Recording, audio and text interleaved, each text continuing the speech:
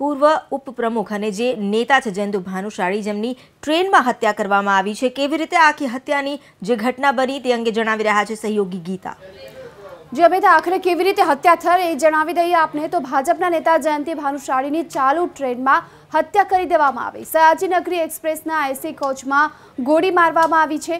Train number 19116 Kataria Surajbari station વચ્ચે ગોળી મારી અને હત્યા કરી દેવામાં આવી। એક ગોળી છાતીના ભાગે અને એક ગોળી આંખના ભાગે મારી અને હત્યા કરી દેવાઈ છે। મોડી રાત્રે 12 થી 2 વાગ્યાની વચ્ચે અજાણ્યા શખ્સોએ ઘટનાને અંજામ આપ્યાની વાત પણ સામે આવી રહી છે। જયંતિ ભાનુશાળી ટ્રેનમાં મુંબઈ તરફ જઈ રહ્યા હતા, ભુજથી દાદર તરફ જઈ રહી હતી સયાજીનગરી એક્સપ્રેસ ટ્રેન અને ચાલુ ટ્રેનમાં હત્યા બાદ માળિયા મિયાણા સ્ટેશન પર ટ્રેનને રોકવામાં આવી હતી અને ટ્રેનમાં હત્યા બાદ માળિયા મિયાણા સ્ટેશન પર ટ્રેન રોકાઈ અને બાદમાં પોલીસ પણ ઘટના સ્થળ પર પહોંચી હતી। અમિતા।